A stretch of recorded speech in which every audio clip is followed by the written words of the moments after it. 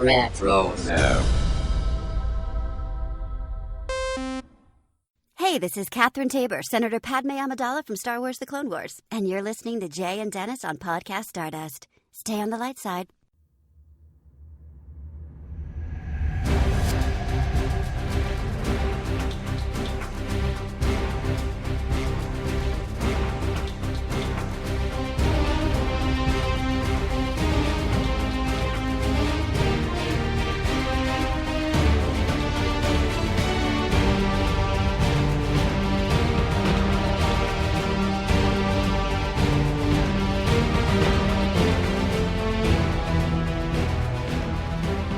Welcome to Podcast Stardust. This is the fully armed and operational podcast dedicated to Star Wars news, reviews, and discussion. I'm Dennis Keithley. And I'm Jay Krebs. And we have spoken. So we are kicking off our week with the first part of our review of The Mandalorian and Grogu. I was anticipating we would do one episode about this at first and then just have other conversations along the way. But Jay, when I sat down to start putting together notes, just more and more and more stuff kept coming to me here. And you and I have not talked about this at all. Nope. You, as people that listen to Friday's episode will know, you'd already seen it. I had not seen it at that point. I went and saw it Friday night. But you basically told me you liked it. And that was the grand total of what you told me. So, and then all I got from you was, that was fun. Yeah. Because I went and saw it last night. And by the time we got out of it, it was, late your time. And so I didn't want to send you a whole lot, and especially since we were going to record today. And Sure. When you do the discussions beforehand, you kill the discussion when you're trying to do the podcast. So that's exactly. just that's the way we do it. And but anyway, so yeah, we're going to get into this. First off, I need the magic words. The dish is lined, the signal's posted to maximum output, the shield is down. We are now broadcasting to the galaxy. And I also forgot to ask you for where we are on social media. Oh, well, we are very conveniently found on Facebook and Instagram at Podcast Stardust. Yeah, we're just so excited to jump in. We're all over the place here. Exactly. So it's been a crazy couple of months for us, and we've been recording on all kinds of different days than what we usually do. As we've gone through trips and life changes and graduations and everything else. Just busy time. And so sometimes it's like, where are we? What are we talking about today? But no doubt about this one. We're talking about The Mandalorian and Grogu. So we're going to get into a lot of detail on this movie, or at least as best we can remember since we've only seen it the one time.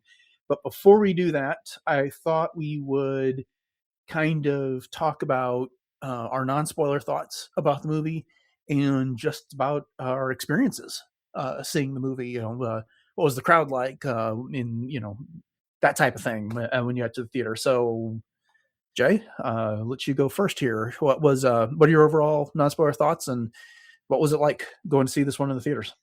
Well, it's very gracious of you to let me go first. So first of all, just like you said, it was fun. It brings you back to a lot of the original trilogy type feels. And I thought the cinematography was absolutely gorgeous. The music was amazing. The action was great. It was almost in a couple of spots. Afterwards, I had to check the rating because I thought, oh my gosh, I really hope that was PG-13, because there was a couple of spots where even I was like, oh, and we've talked about that with the Clone Wars before as well. So I'm just always mindful of the foundlings, if you will. But Colby Wan and I got to see it on Thursday afternoon. So he actually just started a new job. And so he had some orientation, and we grabbed some lunch, and then we met in town and then headed over to the theater. Well, as it turns out, most of the time you have tons of previews. And so this theater is a brand new restored theater in our town that is really nice. Like, they put in all of the recliner seats. It's just very beautifully restored. And so it was originally, we're talking like it opened in the mid 1900s. And so it actually was a church for a while. And then now it's back to its, theatrical glory, if you will. So we had a 2:00 showing. And so our lunch we had just outside kind of leisurely, and it was 2:07, and we're right around the corner from the theater where we were sitting. So we just walked into the theater casually. We're like, okay, whatever. It's already started. Yep. So you are like, you have in our notes what the opening was like. I didn't get to see the first like 14 minutes of the movie. Okay. So you're gonna have to fill me in, Dennis. And so of course I'm gonna have to go see it again. And we're gonna see it again anyways. I'm sure at least one more time I will. But yeah, at any rate, I'm in love with Rada. Let's just put it that way. I thought that his character development was amazing in this movie, and I need to go back and watch it again just to see everything in the background too. But it was a ride. It was so much fun. So Yeah. that's my overall experience and very non-spoilery thoughts. But so take it away. What about you?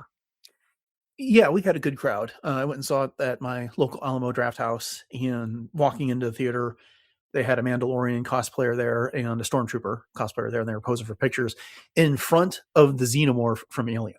They have that Alien statue in the lobby. I think I've sent you a picture of it before. Mm-hmm. But they put a Mandalorian mask on the Xenomorph and then a little Grogu doll on its shoulder. And so That's fantastic. and some sort of a Mandalorian backdrop behind that. And so a lot of people were stopping and taking pictures with that. Got into the theater. And like I said, it was a good crowd. A lot of people were enjoying the pre-show. Alamo's famous for that. They usually do like 30 minutes of top 10 lists, or catching up to date little specials that they'll put out, or other things that they pulled off the internet. In this case, they played Seagull's "Stop It Now," that famous thing from Bad Lip Reading, and everyone That's really, awesome. lost it when they played that. That was fun. And it was. We talked about this on Friday, just how much fun it is to go to the movie, to a Star Wars movie with a crowd and have that community event. And this was that. And so I was really, really pleased with that. The only downside of my experience was the service was just slow at the theater that night. First world problems, I get it, but it took like 40 minutes for them to bring my drink, 55 minutes for them to bring my food after I ordered. And so they had plenty of servers. So I guess the kitchen just got backed up. Non-spoiler thoughts. They claim this was not season 4 of The Mandalorian reworked into a movie, but I really felt like you could have made this into 4 to 5 different episodes if you wanted. And you could almost tell where the transition and cutoffs would have been like between episodes. It was almost like more. I get that Star Wars typically acts on that 3-act structure. And so saying that this had parts is, well, no duh, it's Star Wars. But at the same time, I was like, oh yeah, this could have been the end of one episode, and this last 25 minutes could have been another episode. And so, maybe it was something all brand new, or maybe they just imported some of the ideas, or maybe it is just that Jon Favreau and Dave Filoni got used to writing in that episode structure. So that's the way this turned out. But it did feel like this could have been season 4 of The Mandalorian if they wanted to space it out a bit more and do some things with it. And that would have been fine. But I loved what we got with this. Really enjoyed the movie. I thought it was fantastic. It's too early to definitively rank it amongst the Star Wars movies for me, but I can tell you this, it's not like in the top 5 for me, but it's also not in the bottom 3 or 4. So it's somewhere there in the middle of the pack. And the stakes are a lot smaller compared to what we're used to with most of the Star Wars movies, with the exception of maybe like Solo Star Wars story. And that it is a fairly contained thing. And if you didn't see this, really, I don't know that your understanding of the Star Wars galaxy is going to be changed any from it. But that being said, it worked for what it was. And inside the story structure they gave us, it was a great adventure for Mando and Grogu. Tons of Easter eggs spread out through this whole thing. All kinds of references. This is what I love about having Dave Filoni so integrated into a project, is that, and I'm certainly consulted Pablo Hidalgo, although I didn't see his name in the credits anywhere, but just pulling all the lore from every niche and corner of the Star Wars galaxy that came before. We'll get into some of these things that we found that I found or noticed over the course of the movie. And it just felt like every time you look, it's like, oh yeah, that's the thing from that video game. Oh yeah, that's the thing from Return of the Jedi. Oh yeah, that's the thing from that other season of The Mandalorian, whatever. And these stuff like just passes by in the background and no one comments on it, or they don't even like point it out. You just have to notice it. So that was fun. This is a movie to me that seemed like it should work for people who aren't as invested in Star Wars as much as we are. And then for the uber nerds like us that really know all these things, catching all those details in the background is just one more reason to go see it again. And for as many things I caught, I'm like, well, what else did I miss? Sure. Along the way. But yeah, no, that's a great point. And I liked what you pointed out too. And now that you're saying it about the episode possibility that this could have been season 4, I definitely, now I'm reflecting on it, I can definitely see where you're coming from on that. And I'll also add, for my experience as well, there was maybe 8 people in the theater oh when wow. we went and saw this. So there was no fanfare. I mean, it was just very little. However, I did last night, so this would have been Friday night, the actual official release. My husband and I had gone out to dinner, coincidentally, right around the corner from that same movie theater. And this couple walked in, and he had a Grogu baseball jersey on, and she had a Grogu sweatshirt on, and she had a little Tusken Raider hanging from her purse. Yeah, And cool. so, yeah, so when we were done eating, I actually went up to them and I said, "Hey, are you guys getting to see the movie?" And I caught them a little off guard, I think, but I gave them my cosplay card, and then I wrote our Podcast Stardust on the back of it. So if you happen to be listening, you know who you are. Hello. Hello there, I should say, and welcome to Podcast Stardust. So it was just kind of cool that people were, like getting into it. And because I'm from a very, very small town, obviously. And then as we were leaving, it was just about the time when people would be going into the movie theater. And so we were passing family after family after family, just going into the little theater as we were walking back to the car. So that made me happy, that there was such a great turnout for it. And I know also a former student of mine, and when I say former student, she was in one of my very first classes. And so her husband and her son dressed up for their showing. And so her son, I believe he turned 10, if I'm not mistaken, and he was dressed in his Mandalorian costume. So there was some fanfare. I just didn't get to really experience it personally, but I kind of liked it that way. I'm not going to lie. I liked being able to almost have my own personal showing of the movie. So I'm probably going to go back again next week during a matinee time, because schools aren't out yet. So I can still have that time to myself and look for all those Easter eggs like you were just talking about. Because I did catch quite a few, but I didn't catch as many as I know there were. Yeah.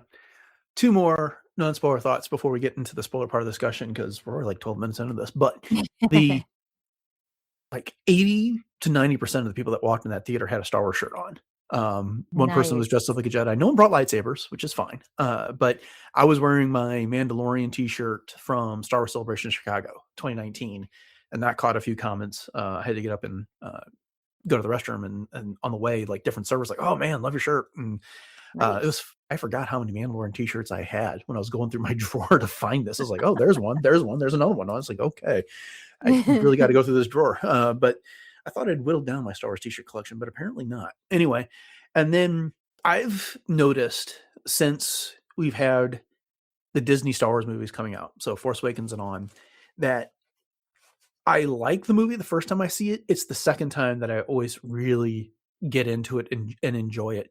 Oh, yeah. And I think and this one was slightly different because, when it came to The Force Awakens and The Last Jedi and The Rise of Skywalker, I was always afraid like one of our classic characters was going to die, and they did in each one of those. And so I spent as much time in like going through the anxiety of that happening.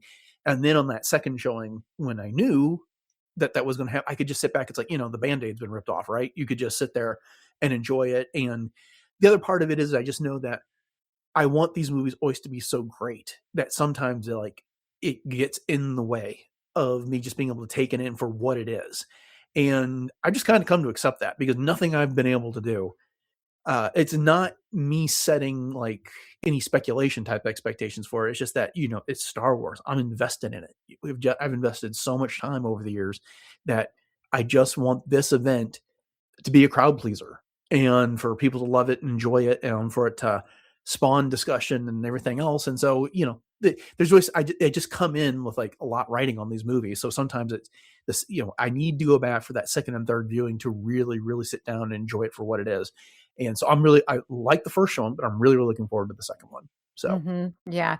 And I did see that the anticipated, we've talked about the Rotten Tomato, type ratings before, especially most recently for Mall Shadowlord.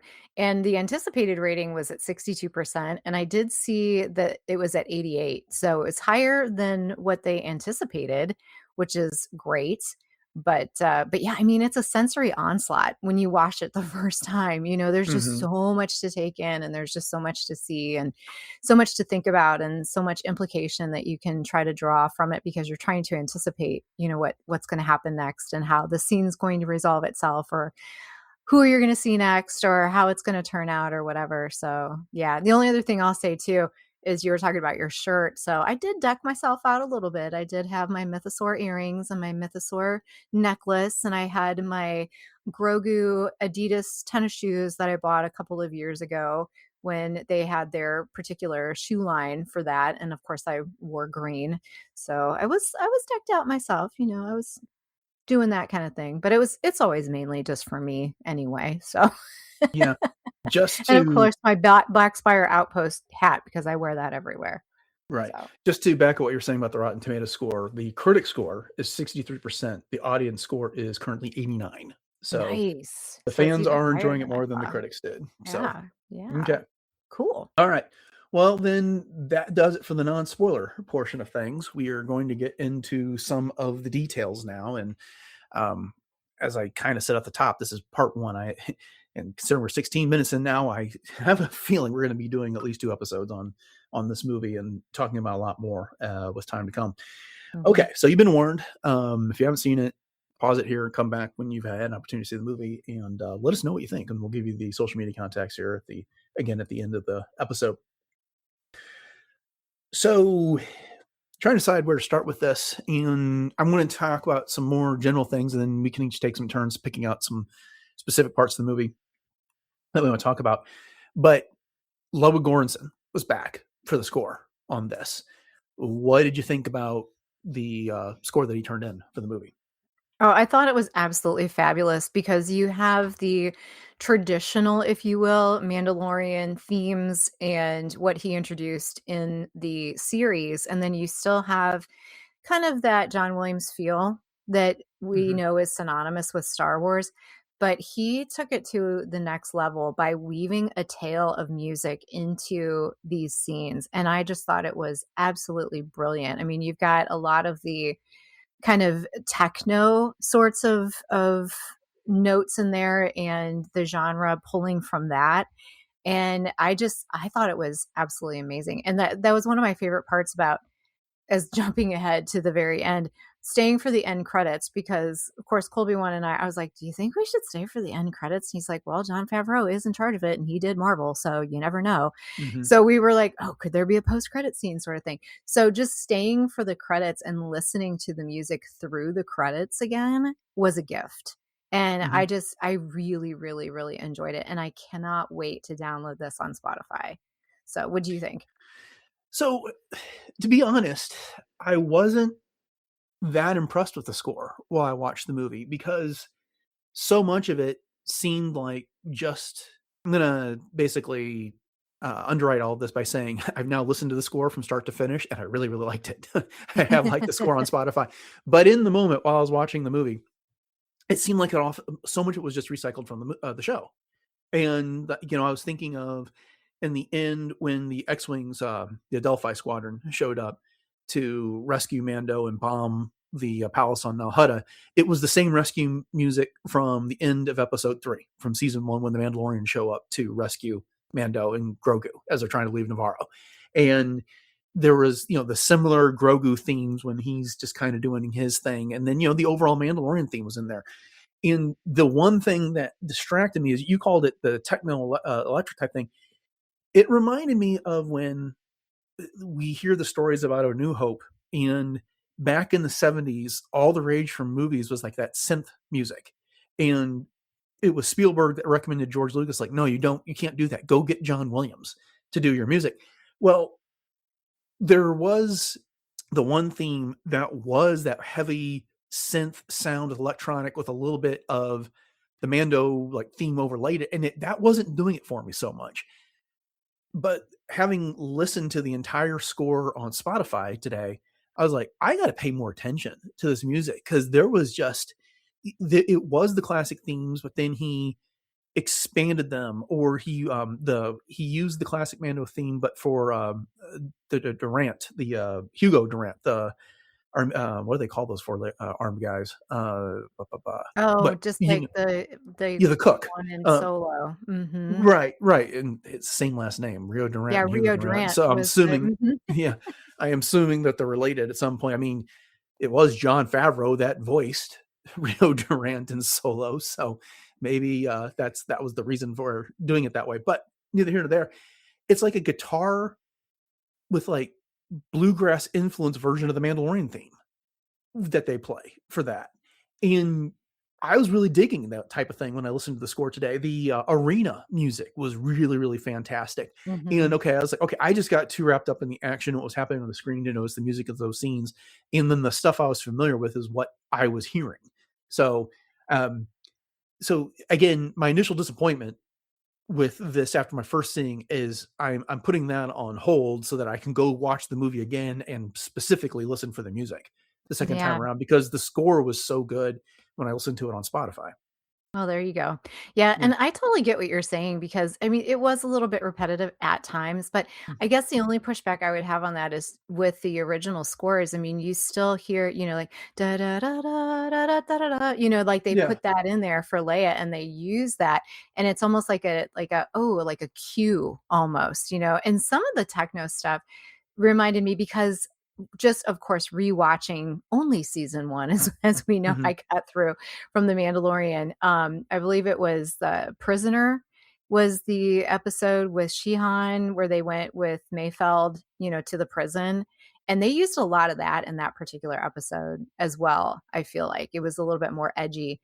And Mhm. we've even seen that even in Maul Shadow Lord, not from Ludwig Göransson, obviously, but especially when Devin stole the speeder and then comes in and they've got the, like the boots and pants kind of, music coming in.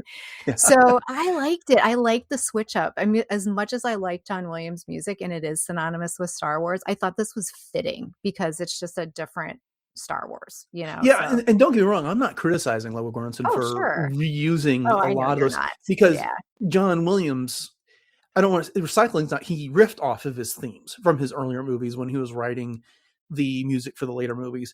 And that's what Ludwig did here too. I keep calling him Ludwig like I know him, but it's been a while since we've been in touch.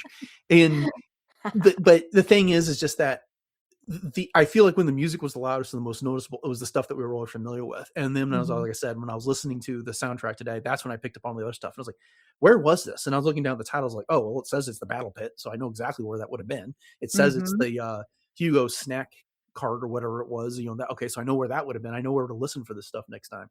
But yeah, so music was good. It's just that, again, I'm going to have to really pay attention to that. Listen for it the next time we go see it. There you go. Moving So on. let's start, with the opening, because you have to tell me about the first 14 minutes. Okay. Because I see you have no opening crawl, but opening paragraphs. So do tell. Right. So do you remember, I feel like it was a year ago that there was an interview with Kathleen Kennedy came out, and there had been this notion that they were going to reserve the opening crawl for the saga movies. And then she basically acknowledged that it's something that Star Wars fans expect. And so that they were going to start using them again in the movies.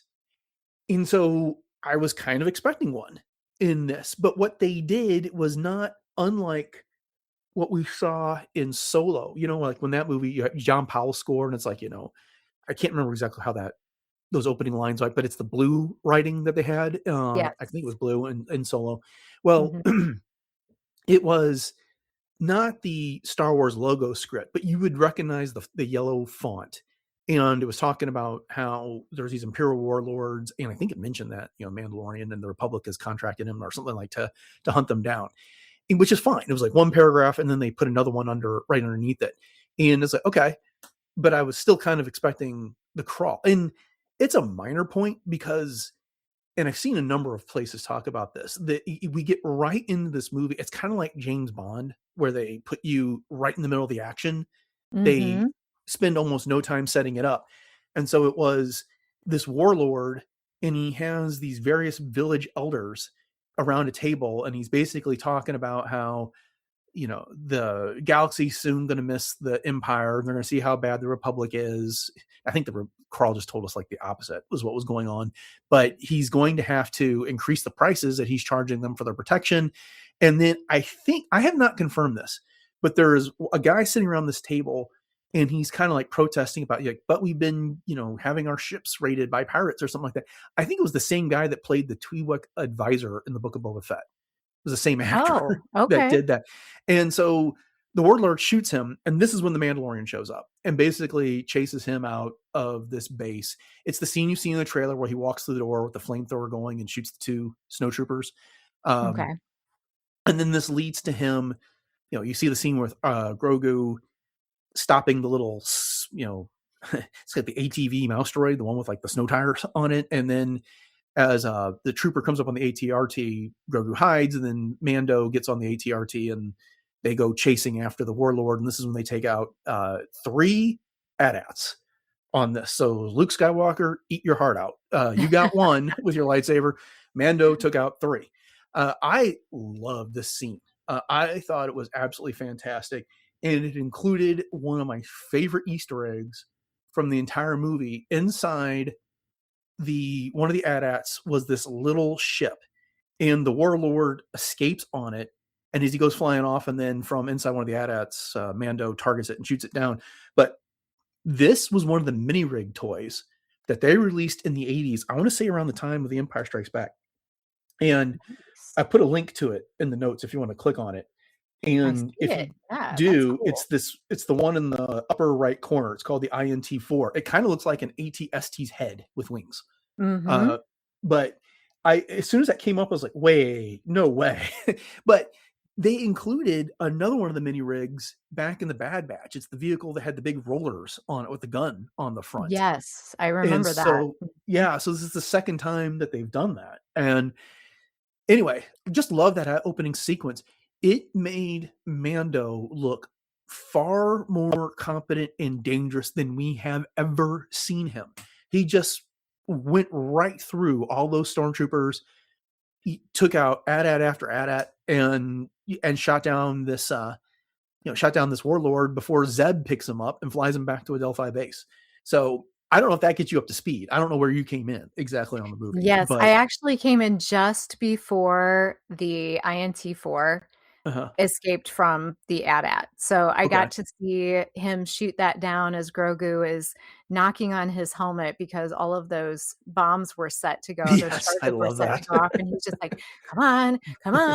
He's like, I got to get him first. And he was just so dead calm doing that. And then as it's blowing up, he just nick of time, of course, comes out of there with his jetpack. So that was the first scene that I got to see was right there. That's where I got to pick it up from. So that's super cool. And it was action packed. So that's why I was like, what did we miss already? Oh my gosh.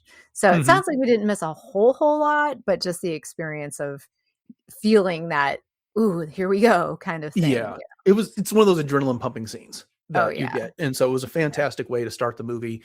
And I don't know if they were trying to tell us that the Mandalorian has evolved his skills in order to be able to do something like that, because I'm just thinking of all the times where like he would wander into a place with a bunch of stormtroopers, and it was like almost he was counting on his armor to save him, and so he would take hit whatever, and then get like off the shot. But in this case, it seemed like he was using a lot more cunning and skill to get through the fight, and so it was just a different level of action for him.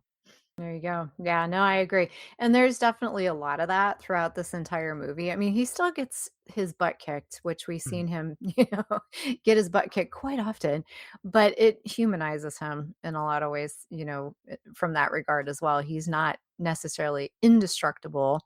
He almost is. Right. But But one of the yeah. things, since we're on that topic, when I found that you can't have the hero be indestructible because it just doesn't make for much of a movie when you do that. Mhm. But it's typically when he lost in this movie, it's because circumstances conspired against him. It's not necessarily because someone outskilled him. Mhm. And I'm thinking of like Imbo set the trap for him. Mhm. It was not that Imbo was beating him hand to hand in a fight. It's that Imbo set the trap and he got electrocuted and stunned. That's Mhm. what happened when he ran out of his house, and we'll get to that scene in a bit. And similar, he went into the arena without any of his guns, and Mhm. so and then he still got the better of Rhoda in that situation. But Yeah. before we get to that stuff, since we're still dealing with the beginning of the movie, what did you think of like the title sequence that came after that? We got the Mandalorian logo, and then they tacked on Grogu right underneath that. But then the arrival at a Delphi base, and I thought at the time it reminded me of the introduction to Top Gun. And I've seen Oh, that in yeah. discussion after discussion online as well, with the different X-wings and Y-wings and things landing. You see different ships under various stages of repair, and then, Mando and Zeb kind of strutting through the base, right before they meet up with Sigourney Weaver's character there. No, I think the Top Gun reference is spot on, but it was beautiful. Can I just say, just the Yeah. entire again, the cinematography and just everything about it was just absolutely gorgeous. But it's not too unlike, arriving at, even in things like Rogue One at the base and even in Return of the Jedi, and you don't see so much of it, but this one is definitely a lot more focused on the goings on of the base, which I really appreciated because you only ever got like an overall feel for what the base was like, but you truly get the idea that this is home Mhm. for a lot of these pilots and those that are working for the New Republic, because of course they have the the cafe or cantina or whatever you want to call it, where they all gather and they're able to relax and spend some time together and grab a drink together and that type of thing. But I thought it was a lot more expansive from just seeing what was on the base. But yeah, that Top Gun reference I think is definitely spot on. Yeah, and they were doing the credits at the beginning of the movie, Yes, starring Pedro yes. Pascal, which I I can't think of another star. They didn't do that in any other movies that I can think of.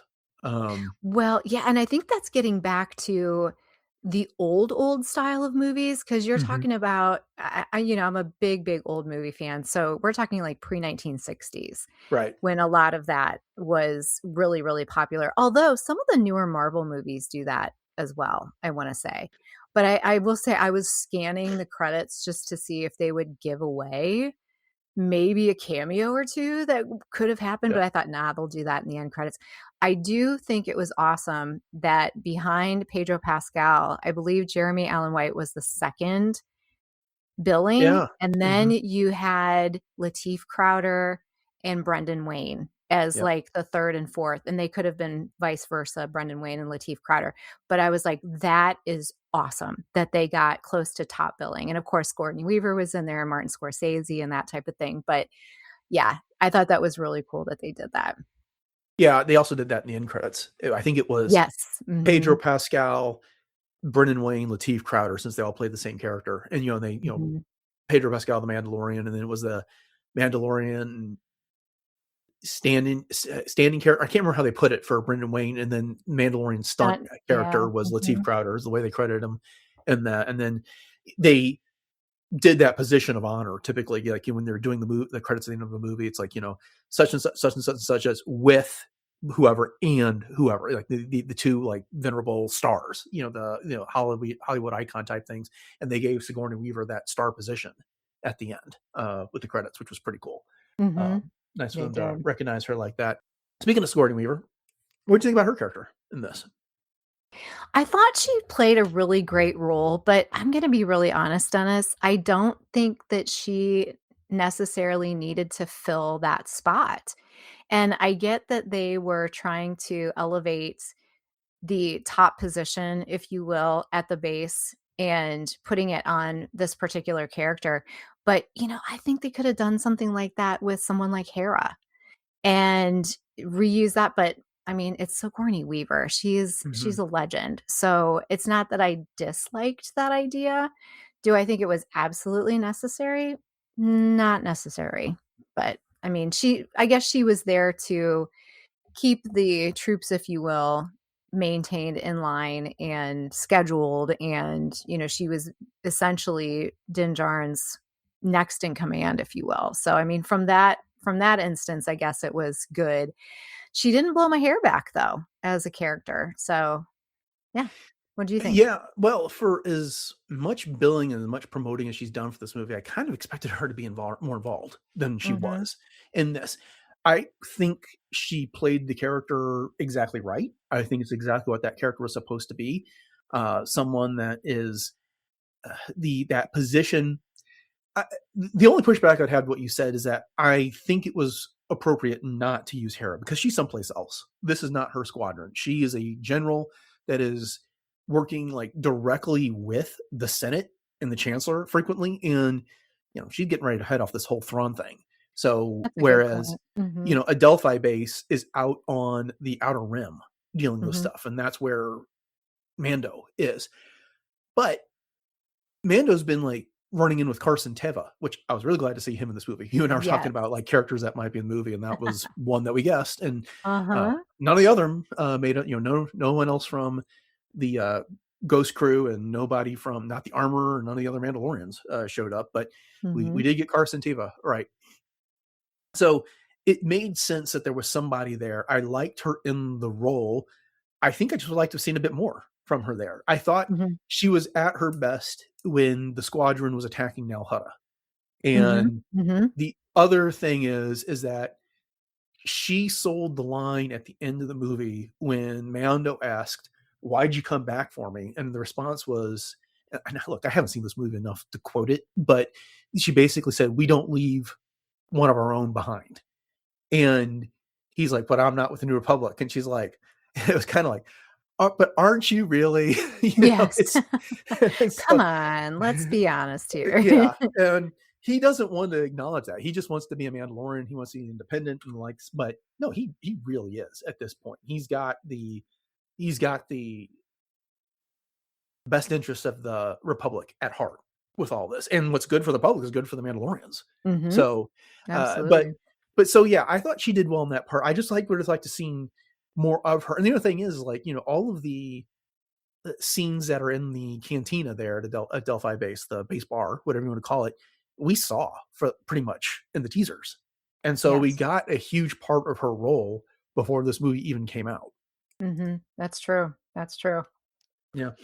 But speaking of a Delphi base and the squadron, I just love the fact that they brought back all the directors from The Mandalorian to Oh, yeah. reprise That their was roles as pilots. fantastic.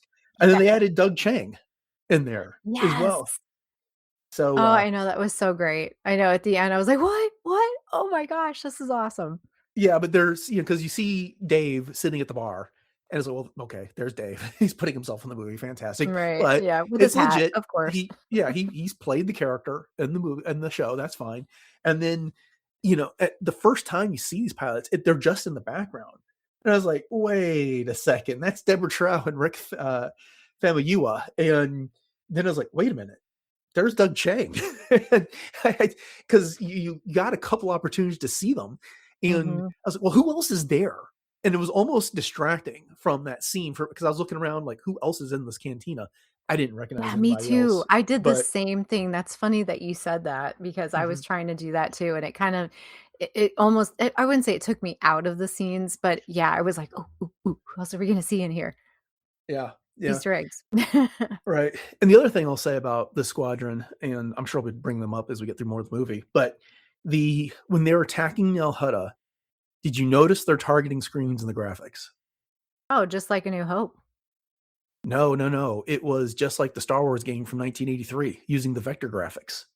The Oh, okay. I You was remember thinking that like game? Run. No, no, I don't O think I ever played it.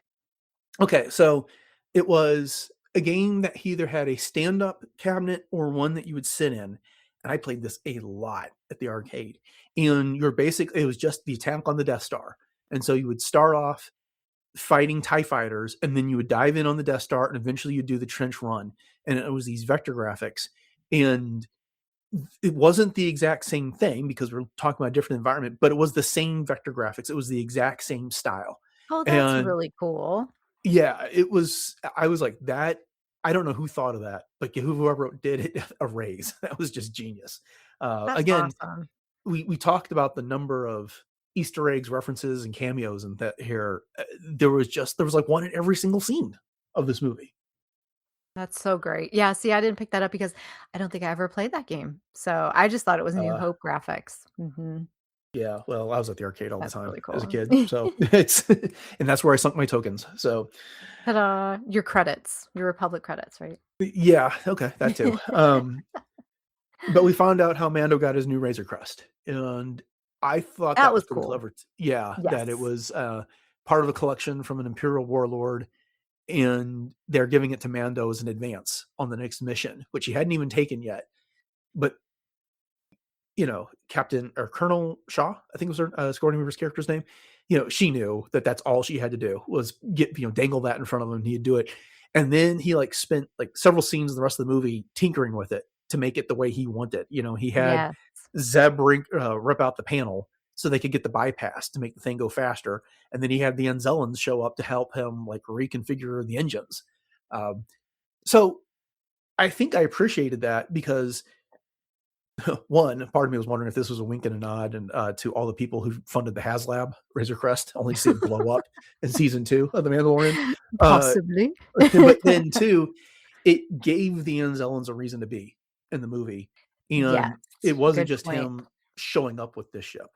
No, I totally agree. I think that the way that they crafted the whole story about this was perfect, and just the fact that, she's stuck, but she's clean, and then, like you mentioned, all the tinkering and all the hot rodding and things, and of course, that reminds us of Han Solo and the Millennium Falcon too, taking Mhm. something and making it his own, and so I just thought that was fun, and he took ownership of it, and it created his, once again, like, the Razor Crest is almost like its own character now in a way.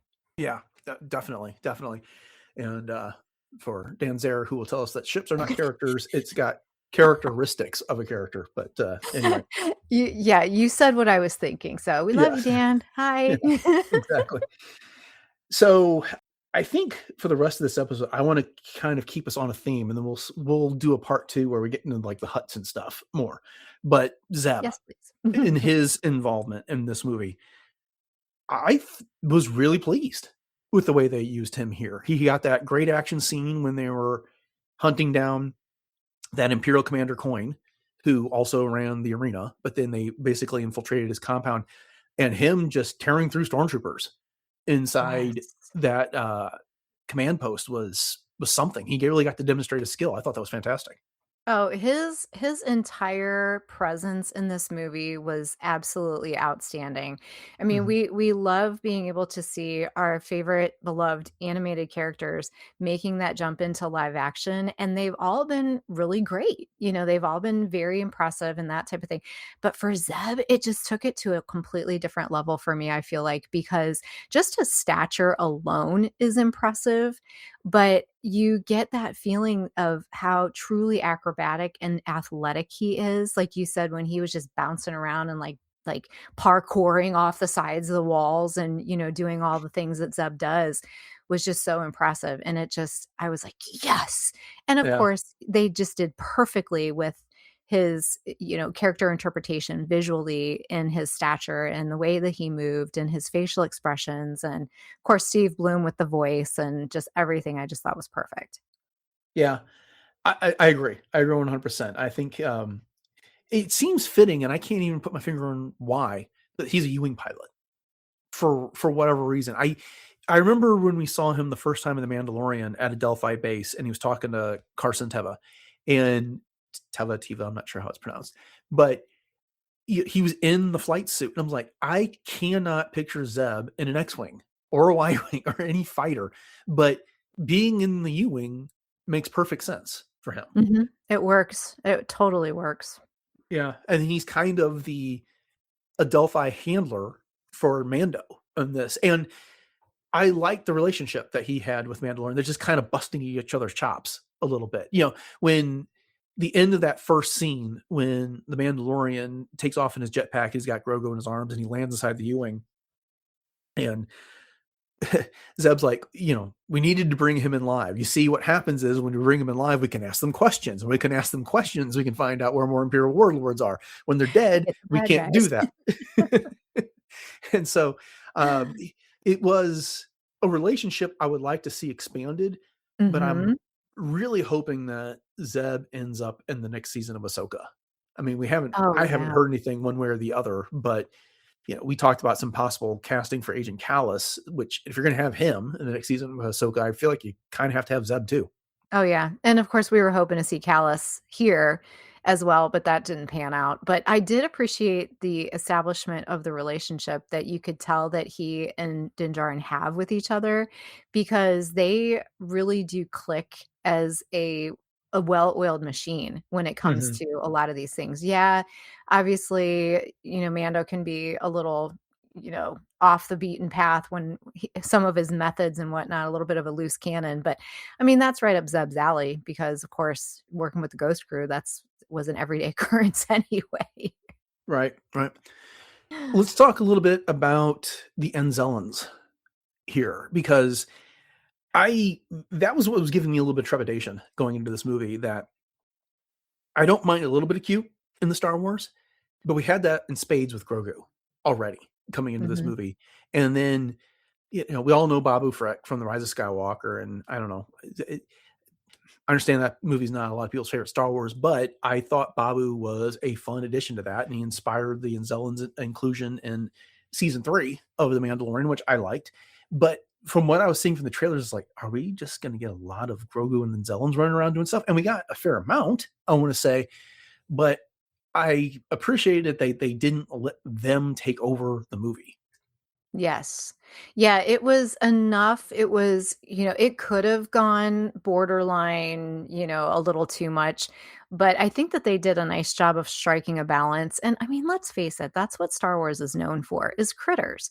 So if you, think about, I mean, just all the way up through, it doesn't matter what Star Wars you're talking about. And I guess Anzellans don't really count as critters. I guess that's not very nice to say, but you know what I mean. So so I mean, you can liken them to groups like the Ewoks and that type of thing. And I think it was well placed. And like I said, I think it was just enough. If they would have done a little bit more, it probably would have been too much. There were other things about Grogu that I didn't appreciate as much as what they did with the Anzellans. So I was totally fine with them. Yeah.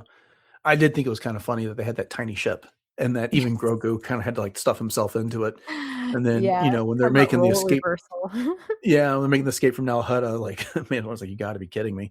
And the thing is that it's like, the other thing that you risked with the Anzellans and Grogu, especially when they're trying to rescue Mando from Nal Hutta, is that it really could have strained the believability of that scene.